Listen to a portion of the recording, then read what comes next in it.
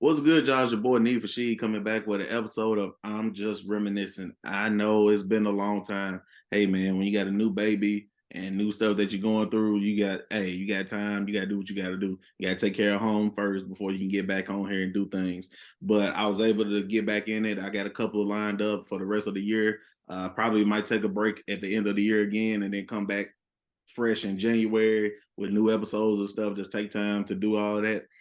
But excuse me, for today, I got somebody that's been on the show before, that's been on one of my other shows before. So you're gonna see him on that same show later on with another debate.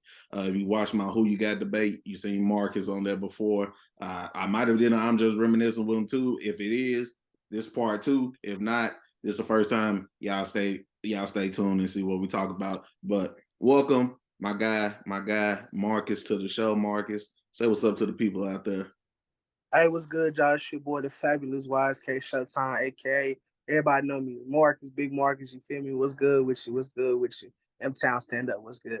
Always in town stand up. I know they going crazy right now. You know, Memphis is Memphis right now, but at the same time, still gonna rep it to the day we die. But at the same time, we ain't gonna stay there all the time either. So you gotta do what you gotta do. You gotta do what you gotta do. You go back for a visit, but sometimes you gotta get out. But I always got Memphis in my heart because I always can go back.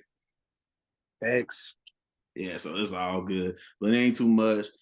Just tell the people what you've been up to, man. I know you, like I said, we just talked about it. You moving out. You've been in, the Nashville area. You've been out there now. What's life been like for you? Man, life's been up and down. I can't complain for the foremost. You feel me? It's just it being what it been. Just trying to get that coin, stack them chips. You feel me? Do what I got to do to get to the next level. I mean, life just been life. Life been life, and like this life been life. And you hear me? Man, the So adult life, there's adult life is real, man. on me, It's a little bit realer than what people expected. It goes way deeper than what we expect.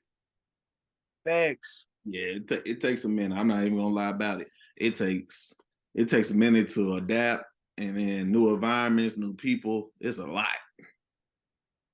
Right. but that's good, man. That's good. You be out there, like I said, you gotta do what you gotta do. Been out there a couple of years, so like I said, everything works out when it needs to. For the people out there that don't know too much, like I said, Mark has been on my show a couple of times before, so you guys should get the hint. But most of my people that watch the show, y'all been to school with us, so me and him, we met in Martin when we went to school together. How we actually met, I don't know off the top of my head. I'm gonna keep it 100. I'm gonna keep it 1,000. We just knew the same circle of people. Yeah. It was one of those. Well, it might have been APO. I don't know. It might have been APO. It was APO. Honestly, like I had seen you around campus a bunch of times, and like once again, we knew the same circle of people, type stuff or not, and like what I'm saying, like just seeing you around then APO, that happened, and everything. That's when I met you then, like met you officially Right. And that everybody, we all did the same stuff. Everybody, what we do, eat, drink, have a good time. So Basically, basically, everybody, we did the same stuff over and over again. Everybody ate, drank, went to class, was on the patio. You saw us all. We ran, like I said, 3, 4, 5 people that we all know together. We all ran, did the same stuff. So being in college, especially with the black population being as low as it was at Martin, all of us ran into each other. Athletes, organizations. That's where we was at, or in the gym. oh, So, and all of us knew somebody that knew somebody. So I'm pretty sure I took a class with this person, took a class with this person, used to kick it with that person, kicked it with that person before the circle was so small that you was going to eventually run into the same people all the time. exactly. At all times, you gonna run into somebody you knew. Whether you kicked it with them or not, if you didn't speak to them, you was gonna speak to them, whether it be at a party, somewhere. The head nod that we all give, something like that. Be like, what's up? You talking to one dude, but his friend walk up, you like, you ain't met him before, nothing like that. Oh, what's up, man? Boom, quick, easy to the point. Unless you heard something about them before, for the most part, you was like, you ain't got nothing against them, so I'm gonna speak. Yep, everybody know everybody. Yeah. Oh yeah. If you was in more than any time within this last 10 years, you already know when we was there, Everybody knew everybody within these last 10 years. It wasn't too much you couldn't find out. So Yep. it was all good. But like I said, y'all, we met each other. Well, like I said, we was on campus, at school. Like anything else, college is so big, but yet so small, especially being in UT Martin. But the amount of times we all just went out, had a good time, old stuff, kicking it, uh, going to Bartola's, going to La Cabana, going to playoffs when it was down the street, going through all this stuff, uh, being in Watkins for all the activities, being in the student life center. It was just everywhere in Martin. So you found us at one place, you were gonna find us at the other. It was gonna be at the other. It wasn't too many places to be at in Martin anyway. Exactly. Or at Cheers. Oh yeah, Cheers, man. Before Slide and Ride took over, Cheers was Cheers was the spot. Dead in Chaos was the spot. man. They ran that bill up so high in Chaos. They used to charge an arm and two legs to book. Right in the kidney. Man, they was getting that money. They wasn't playing with us. I was like, yeah, we good. You gotta find another spot. But you run through so many places, like everywhere we was go, we always go to the Armory. The Armory was always gonna be the place. If somebody got into a fight like usual, then Every we get time. kicked from that spot and move to the next spot. The amount of places they had when I used to visit and when I first got to Martin, the amount of places we did have to compare to when I left, that stuff was night and day. It was night and day. It used to be so simple. It used to be, I remember the Alphas would be at Dresden Armory, Sigmas would be at Union City Armory, the Noops and the Qs would be at Cheers, the Qs would be at Chaos, and the Iotas Bucks place in Fulton is where the Iotas at. So everybody kind of had their own place. We knew where the party was gonna be at. Everybody was spread out and knew exactly where they was gonna be. And the Qs, most of the time, they threw parties. They either threw a probate party, they threw a link up party, or they threw a homecoming party. That's why they could have Chaos. Plus, Chaos was cheaper back in the day before all the fights and stuff broke out. What's the name? On Cheers. So the Noops were always there, or we could throw a party there if we need to, but the Noops was always there. It was two armories, so boom, it was easy. Because Dresden and Union City both 15 minutes away, so it didn't matter. All right, cool. Alphas, y'all got the Dresden Army, bet. Sigmas got the Union City Army, bet. And then the Iotas will find somewhere. And Bucks Place is about 15, still enough, 15 minutes away, just going to Fulton. And it's a liquor store right there. So everybody had their places, but as the years went on, each place died down, died down, died down, died down. And then we end up getting playoffs. That lasted just a little bit, and then that was gone. And yeah, it got to the point we was throwing parties on campus. At the reserves. We were throwing parties at campus, in the reserves, we was throwing parties, like I said, in the clubhouse. We threw parties on campus at the Student Life Center. We throwing parties from 9 to 1. Like 1 o'clock, we done. Yup. Like 9 to 1, we done. And I'm like, man, it got to this point where we had to go out here and just on campus. Right. It didn't stop us from drinking at all. It didn't stop us not one bit from drinking. But yeah, it didn't stop us not one bit from drinking, but it still sucked. Yep. Pretty much for the foremost shoe. Yeah. Yeah. Because now you gotta walk. If you on campus, you walking cross campus to go here. Now going to like the Pike House and stuff like that when we did those collabs, it was cool. It was right across the street, which was good. But if you walk to the Student Life Center, now you gotta walk back drunk. People girls got on heels. I don't even think, matter of fact, when we had parties on Student Life Center, the girls wasn't even dressing up no more. It was tennis shoes. Everybody had tennis shoes on because that floor was slippery. Everybody had tennis shoes. Yeah. So man, that was some good times. And like I said, on campus, we all figured out other things that we like to do. And like I said, we all in different organizations and stuff like that. But one thing that stayed common, we was all cool. We all did those things, and we was able to showcase our talents. And then a lot of times we have talent shows or spoken word stuff like that. So you start to see the art side of people. So that's where the poetry, the drawings, the pictures, and the music happen. And on campus, like you and a couple other people, like Haji had his stuff. Yup. Um, what's the name? Had his stuff. Uh, Corey. Corey Corey. had his stuff. What's my boy name? Kingsley had Yup. his stuff. Like everybody had things that they were working on, and like I said, you was working on music, doing skits, doing other things up there, just having a good time. Is that something you was doing when you was younger, or that's something when you got older, you started seeing the horizon and you started to feel like I can do this, I can do that? So when I was younger, like at first, like contrary to popular belief, as social as you've known me to be, I used to be shy. And a lot of people will tell you I used to be hella shy. And like, I used to like to do stuff with my little brother like that. Like me and him would like act out skits. I just like random episodes of our favorite cartoon. And Right. we'd act out the Friday movies. Me and him would do that. And it's just something that, I practice a lot. And then like when it came down to me like rapping, I'll never forget this. Like one of my cousins, my homeboy, he passed away earlier this year, but he mentored me.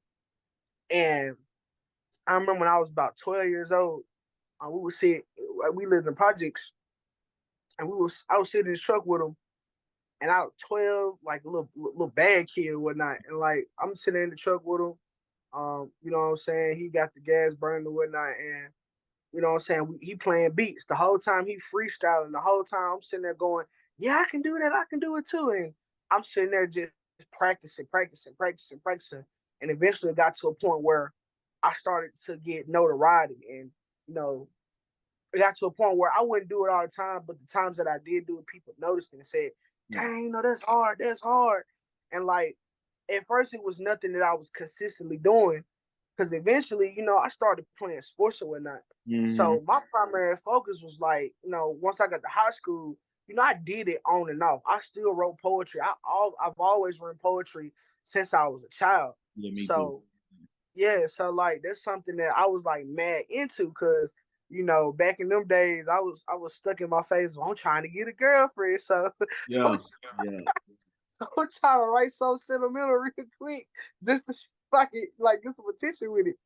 But and like eventually got to the point where I was about, I want to say, I was like eighth grade.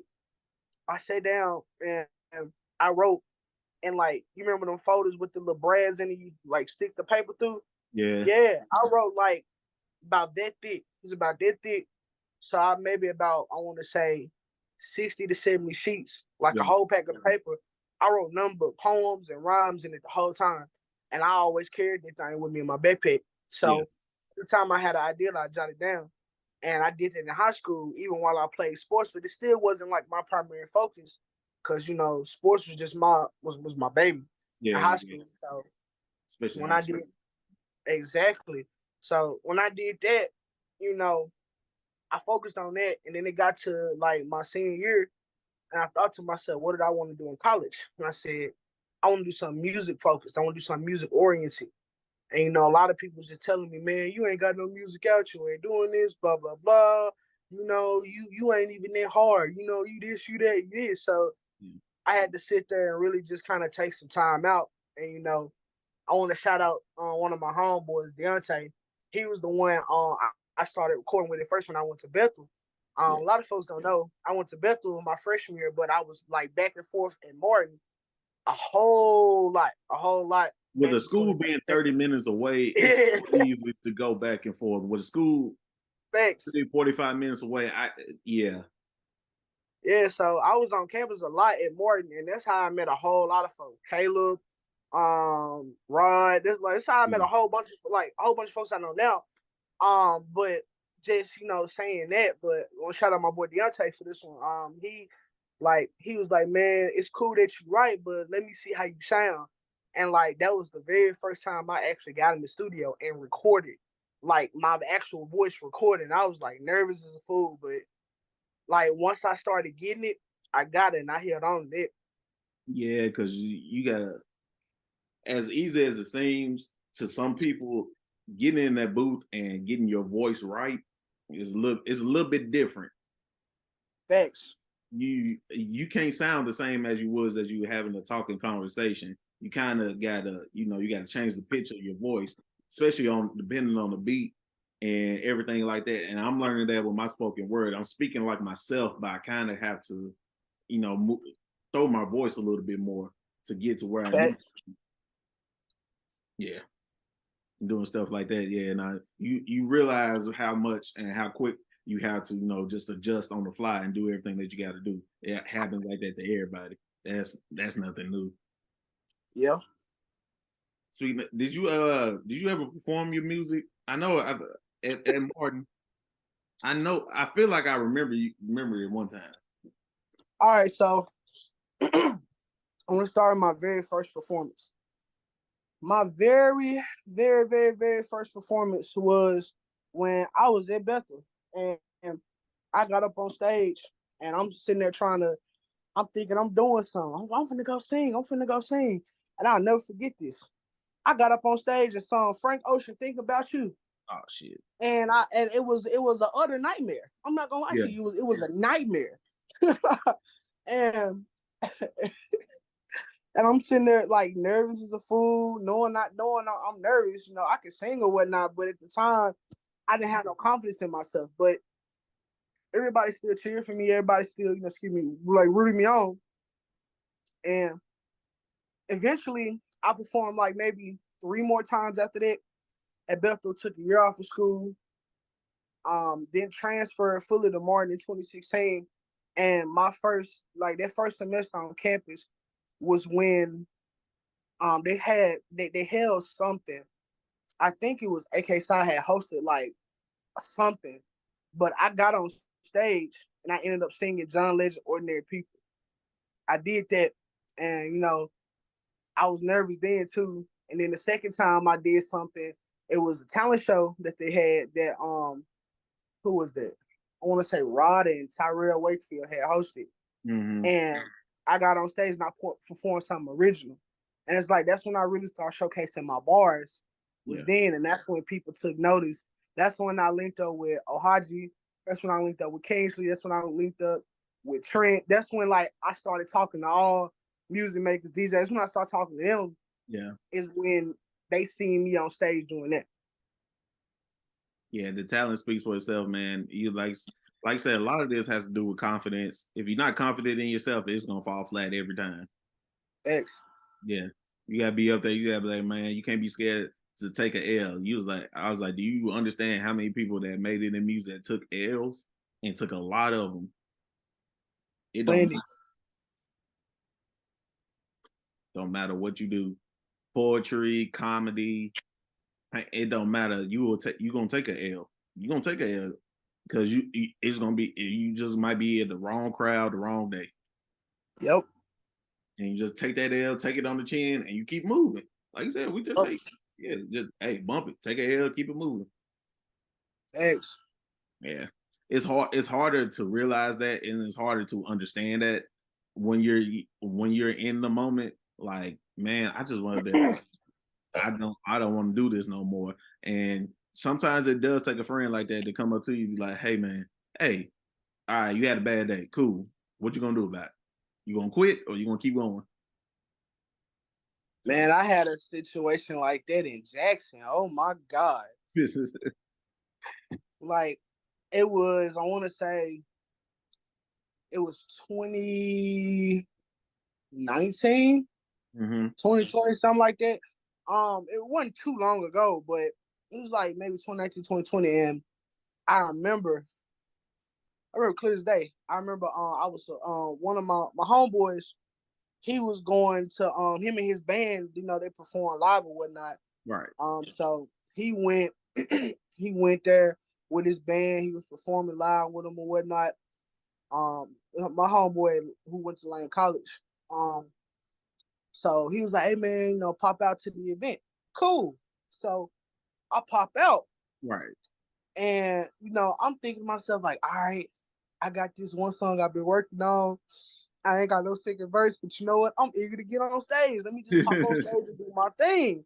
Right. So I remember my verse that I had at first.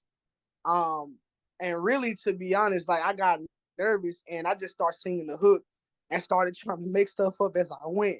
And Mhm. it when I say it went terrible, then it's like they acted like the people at the venue acted like they didn't want me on stage, or rather, I should say, the dude was drunk off his rocker, Yeah. and like he kept, oh man, my bad, I was forgetting, and blah blah blah, and it was crazy. I get up on stage, I'm looking around at the crowd, I'm nervous. Ain't nobody there rooting me on. It's just me. So I get up there and I did my best. I got to sing like rapping the hook or whatnot. And I got to doing part of my verse. And then it was unfinished. So I tried to ad lib my way through the rest of the beat. And eventually I just got mad and walked off the stage. And I had to say, like you said, I got chin checked that night, like Yeah. totally chin checked. You had But to man, yeah. Nah, man, we took L's like that. I was like, I remember that happened to me when I was doing poetry one time. When I did it, I used to write poetry, but I never really performed it. mm, Um, I did a couple when I was working back in Memphis at a couple of summer camps. That was one of the activities they had to do was a spoken word. So I did it one time, did it right, and then like I was with this camp for like 3 weeks straight, 3 or 4 weeks. No, like no, it was like 2 months. It was like each camp lasted.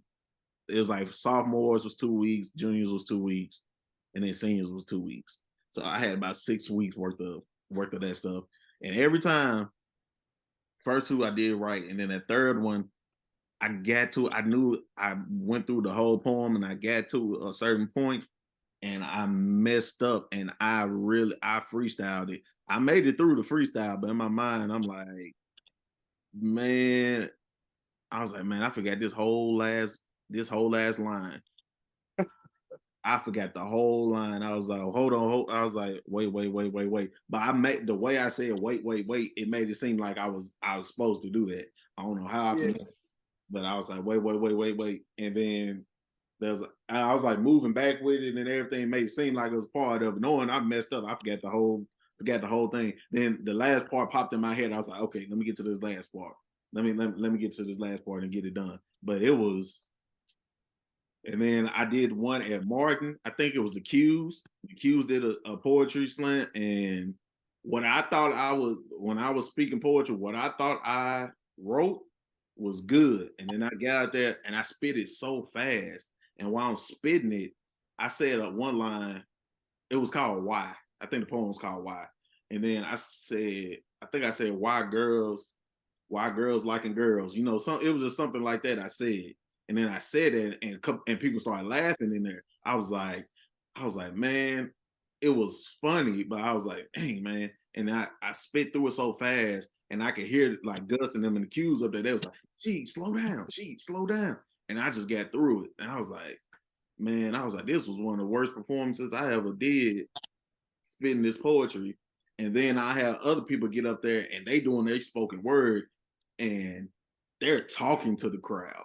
It ain't no just it's talking to the crowd, control yeah, the room. And I'm like, okay, this is where I'm trying to get. I'm trying to get to control the room. I'm trying to get to these metaphors and similes and trying to put all this together. Like I gotta like one of my play brothers, he does it in Memphis. He does spoken word. mhm. And I'm like, okay, this is where I'm trying to get. This is where I want to be. And this is what I'm just writing right now. I was like, let me get back into the booth and change some things up. Yeah. Facts. Yeah, but it was a lot, man. Is music, like I said, you was working on a lot of music. Do you got a lot of music out now? Do you got a lot of music that you got still in the Man, I got a whole lot of music in the vault. Definitely, like I got a shit ton of unreleased stuff. Like for real, like it's in waiting. Like a lot of it, I listen to it and go, man, look, I need to go back in here and redo this. I need to redo that. Need to redo this. Need to redo that. But for the foremost, finished and complete stuff, like it's ready to go. I got a bunch of stuff ready to go. I just released a new project on Halloween. It's called Black Neptune Volume 3 Mm-hmm. Reentry. Now, I've been having some issues with my distributor because they didn't put it on Apple Music. Now I'm mad, but it's on Spotify, it's on YouTube, it's on TikTok, it should be on Instagram and Facebook.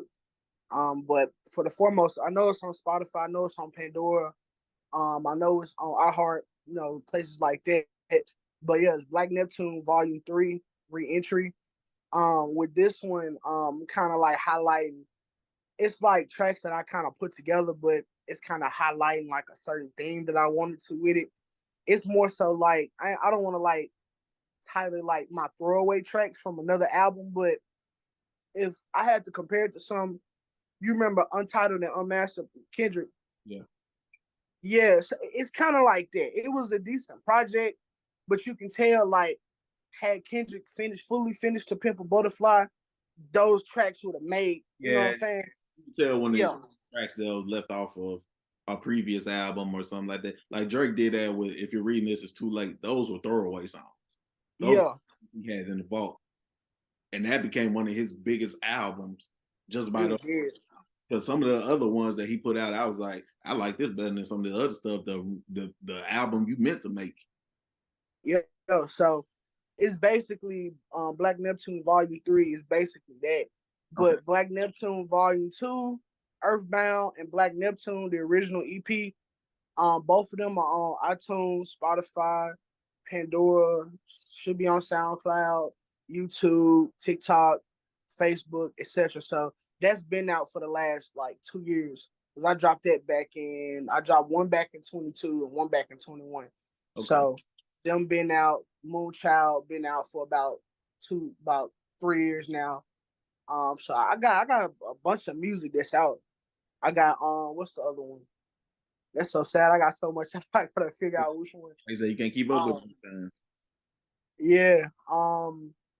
The Mind's Eye. The Mind's Eye is also out. That's the title of the project. The Mind's Eye. So I got a bunch of features from a couple. I ain't gonna say a bunch of them. I got a few features from a couple of people. Yeah. Um, I know a lot of folks been asking me about that Ross feature too. I want to kind of talk about that, which I've been trying to release it, but the distributor, it's like I had to release it through a certain distributors for it to get on Apple Music and Spotify Yeah, for some weird reason. you gotta jump through. Right. And what's weird is I did a feature with a Wu-Tang artist. I did a feature with D12 artist Swifty McVeigh. So with Joe Budden them, I did a song with both of them, no problem. But this one, cause I got one with Rich the Kid. Me and Kingsley got one with Rich the Kid, and I got one with Rick Ross, and I got one with another artist by the name of Dizzy Wright, who, if you know who Hobson is, for those that know who Hobson is, yeah, he was Hobson's artist before Hobson created his own label and Left Funk Volume. Okay. So yeah, so I got a feature with him too. That I'm gonna drop next. So Okay. Yeah, like I said, you still working, you got everything like that. Of course, once the Ross feature gets out, of course everybody will jump on and everything, but it's so much stuff you gotta deal with behind the scenes that people don't understand before a song is released into the catalog. it's a headache. I'm telling you, man. Like it's a when it comes to, and a lot of folks don't realize that when dealing with these big artists, you got to deal with certain levels of paperwork, certain levels of everything. Like it's not like, you know what I'm saying, you just, oh yeah, I got this feature with Project Pat, boom. Like you got to just deal with like certain levels of stuff out there. And then half the time, a lot of these big artists don't even promote the song that you do with them. No, they, So they just drop it. exactly, Yeah. So you're doing the promoting, you gotta do everything like that. Even though exactly. they know one post from you about this song will blow everything up. I just need you to make one post. I just need you to make one.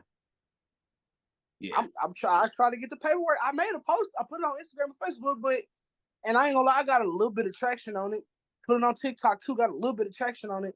It's just everybody. I learned one thing from this dude named Promo God on Instagram. He said you typically don't want to give a sneak peek of your song until it's out so people can go to it. And honestly, that's where I messed up at, was that. So had I been able to drop it the way that I wanted to drop it, which that was supposed to be a part of a project called Nigga with the Crown, Mm-hmm. which I'm gonna release that later. It'll probably be sometime next year when I release it. Right. But yeah, I have a blank moment. But yeah, like it was supposed to be a part of that project, but as you can see, that was the holdup. So the logistics of it was the holdup. So if I can get past the logistics, I'll be fine. I just go ahead and just do a marketing campaign around it and call it a day.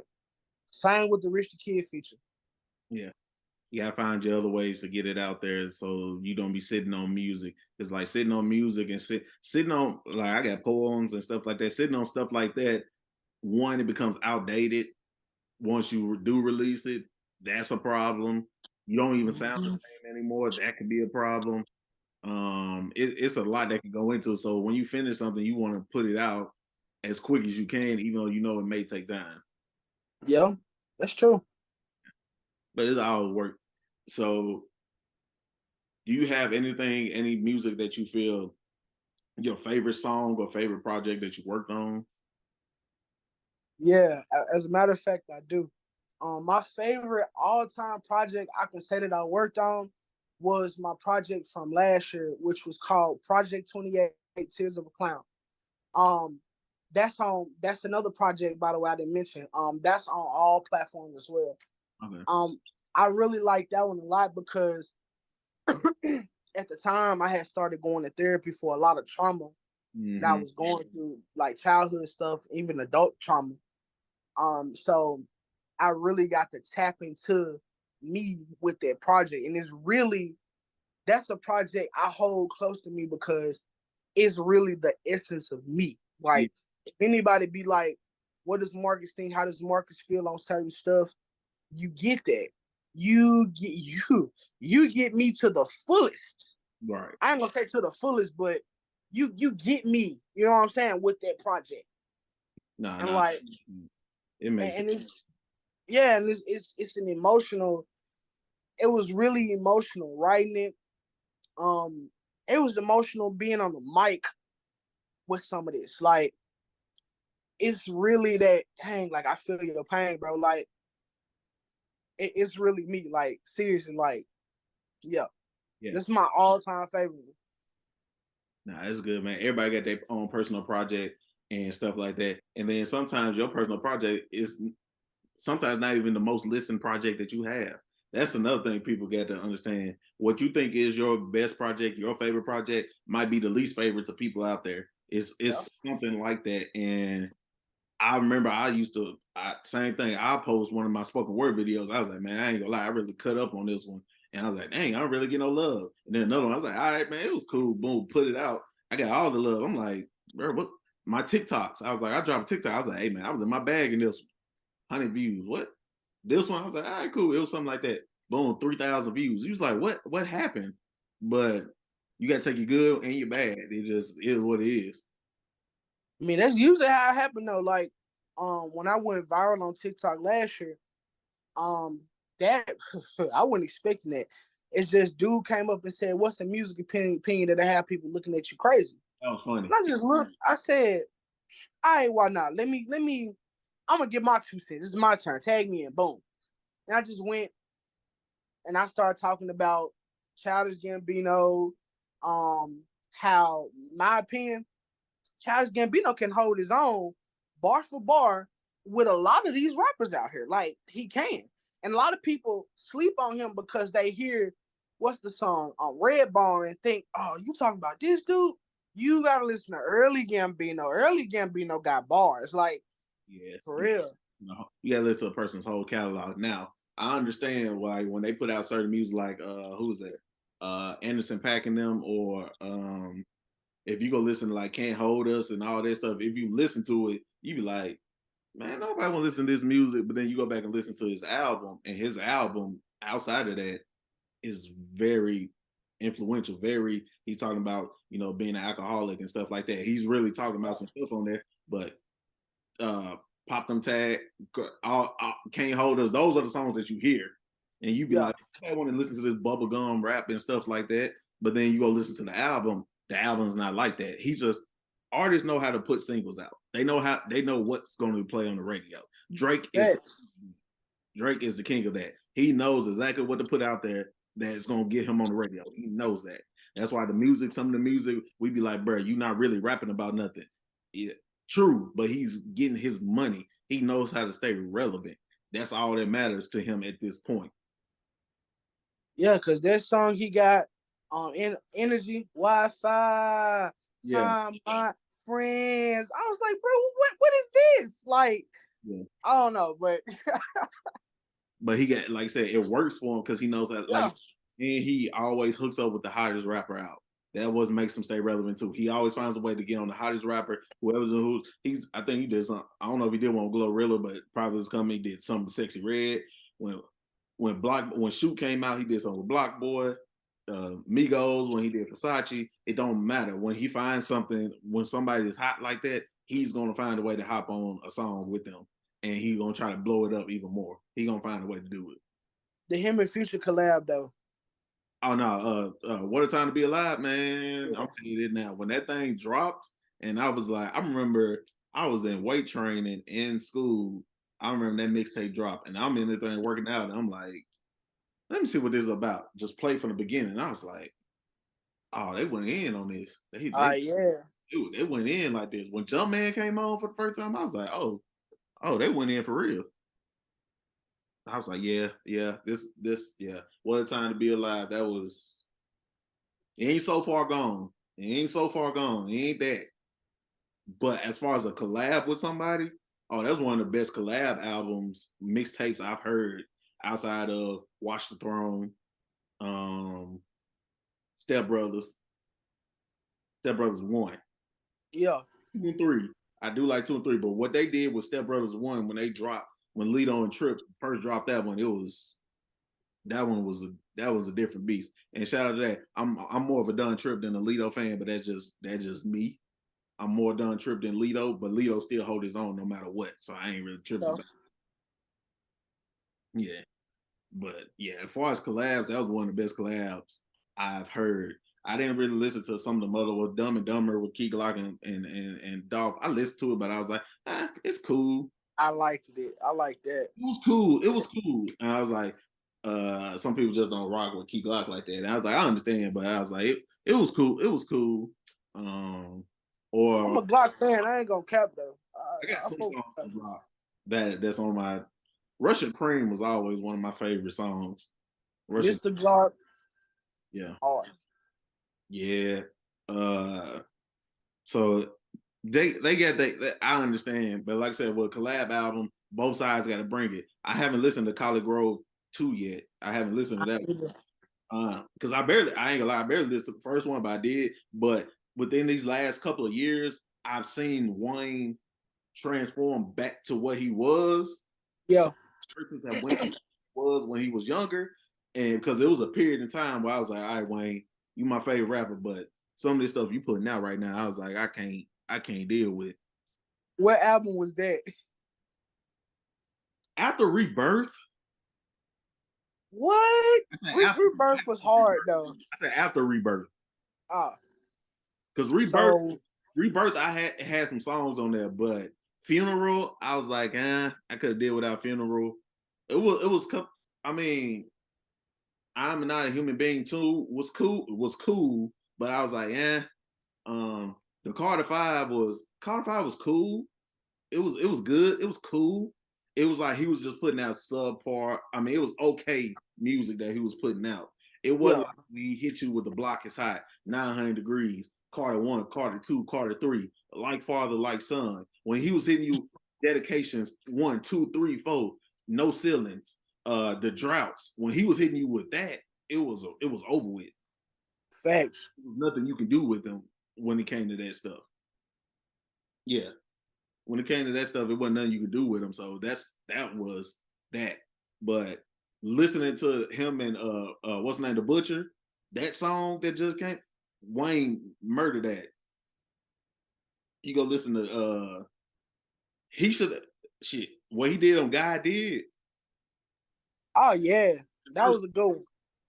I was like, bro, I was like, I could tell this is a Jay-Z song. So I was like, all right, cool, this is a Jay-Z song. But I wish he had a longer verse Man, on that song. But Jay came on and Jay basically told you what it was. He was like, bro, I'm the GOAT, y'all not, and we're gonna keep it at that. simple.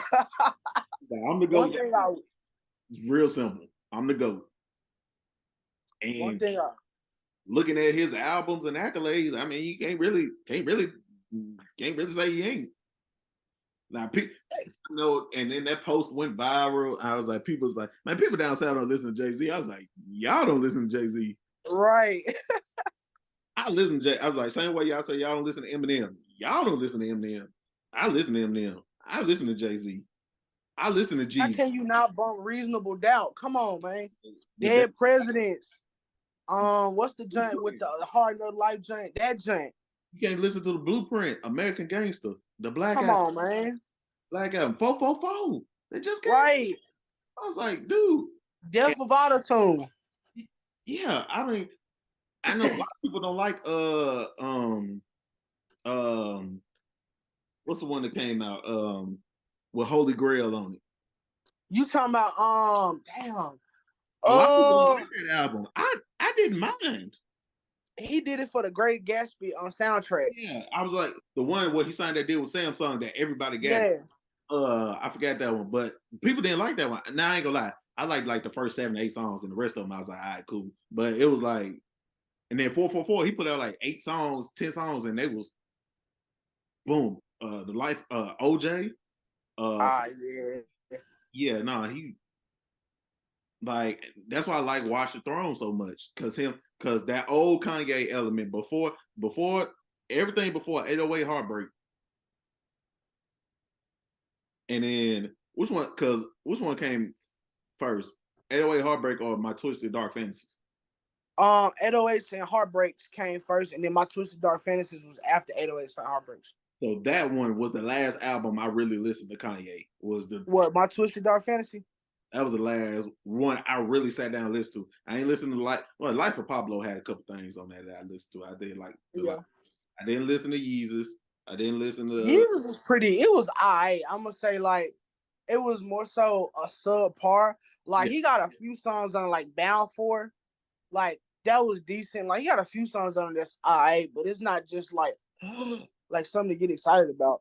And people was like, y'all be nostalgic, y'all gotta evolve with the time. I was like, I'm sorry. The graduation, late registration, Kanye, I said that's a different ball game. I'm sorry. That's a different beast. Facts.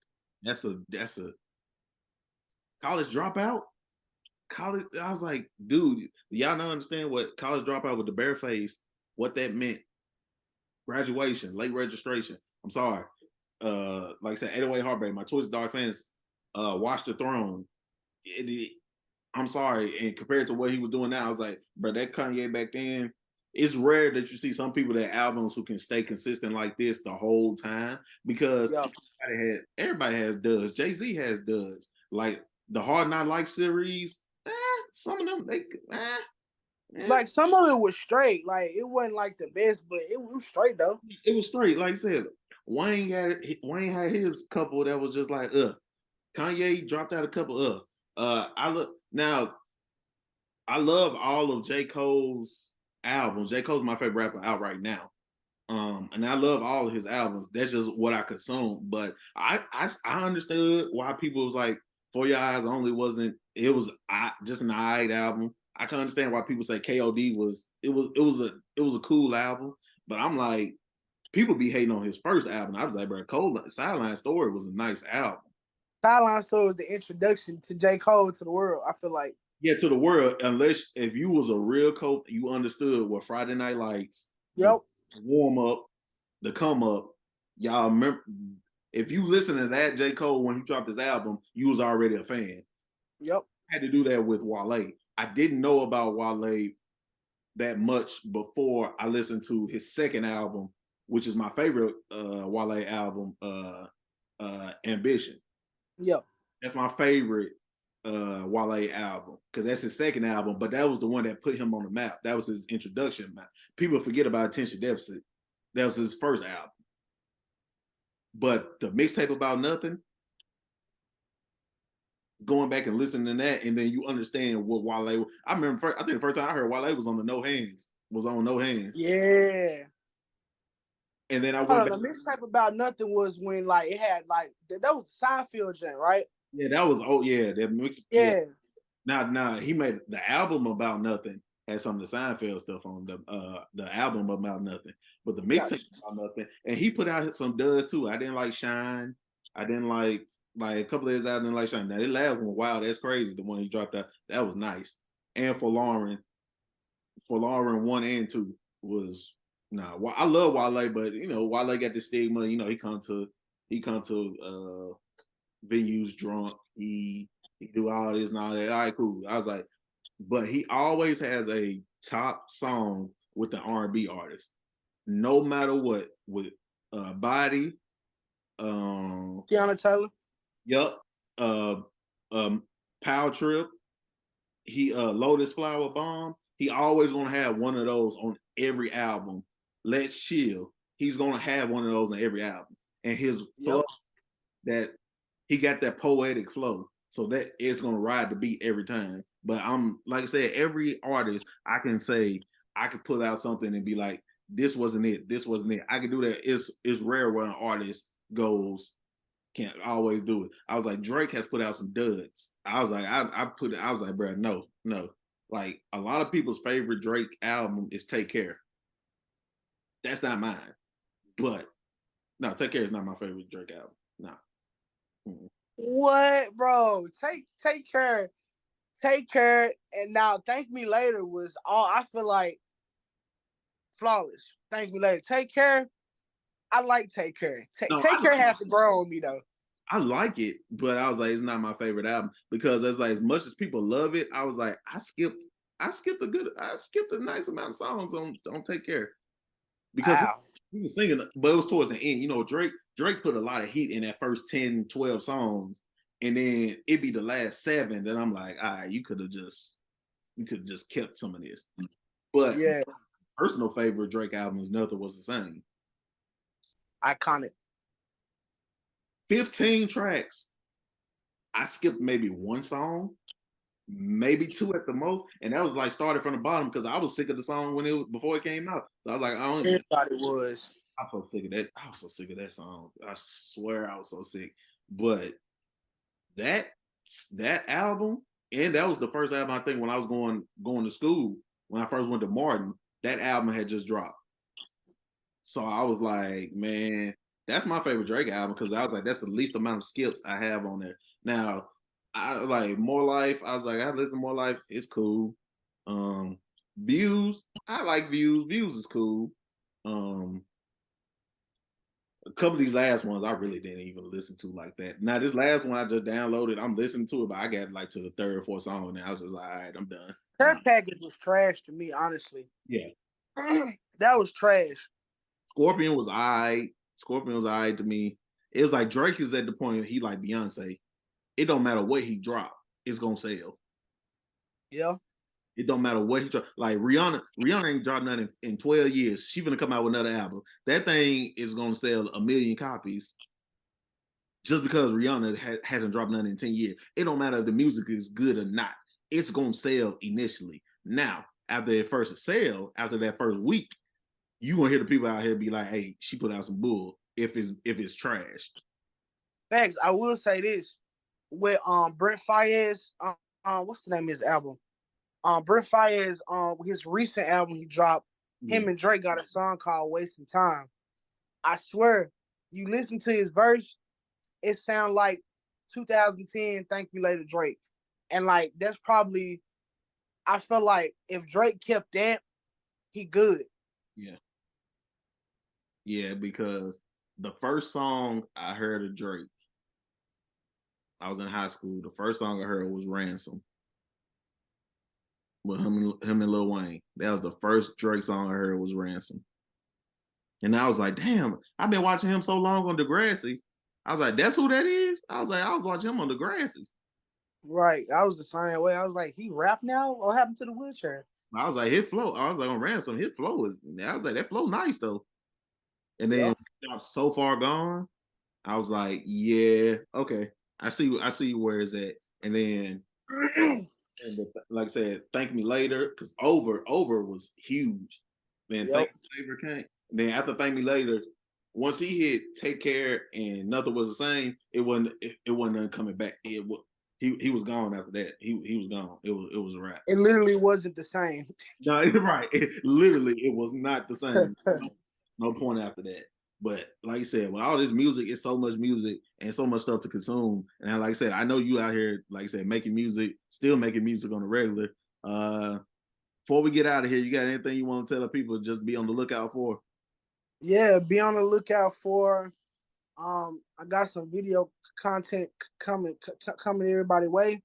Yeah, I'm trying to get that out there and everything.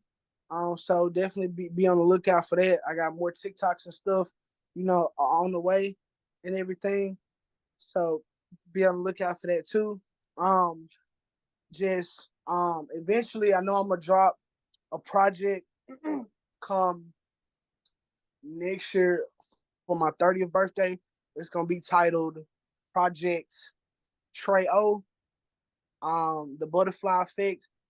If I don't do Project Trey O, the Butterfly Effect, it'll be Project 29. But the nearest project I got should be, just stay tuned. Just stay tuned. That's what I can tell you. Stay tuned, because I got so many things I want to do with this. So yeah. yeah. All right, just let the people. I'm gonna have his tags and everything at the end of the video. But if you want to shout out where people can find you, where people can, follow your page, subscribe to wherever they have to, you can let them know. For sure, for sure. Follow me on X, aka Twitter, at show underscore THA the underscore GR8. So show the great on Twitter, on Instagram. Follow me on there at YSK underscore Showtime. And TikTok, just type in YSK Showtime, because me trying to spell out my username as long as a fool. Yeah, yeah, So yeah. I'm on YouTube. Just type in YSK Showtime on YouTube too. Same yeah. with Apple Music, same with Spotify, $K Showtime. Exclamation point. Boom.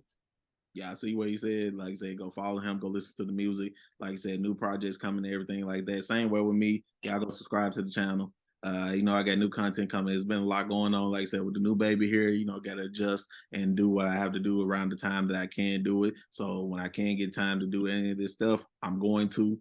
Like I said, go check out Facebook, Instagram, YouTube, TikTok. TikTok is funny. Remember that.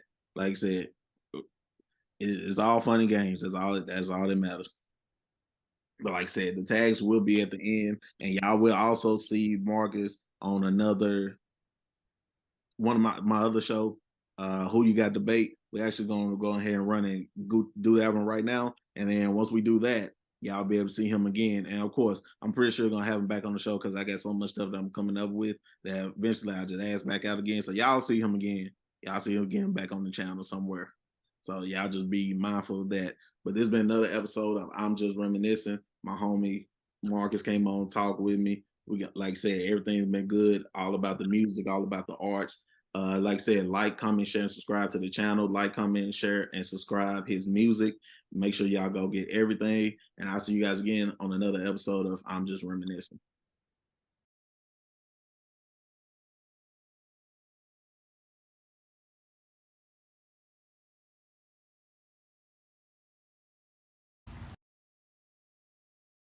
You feel me?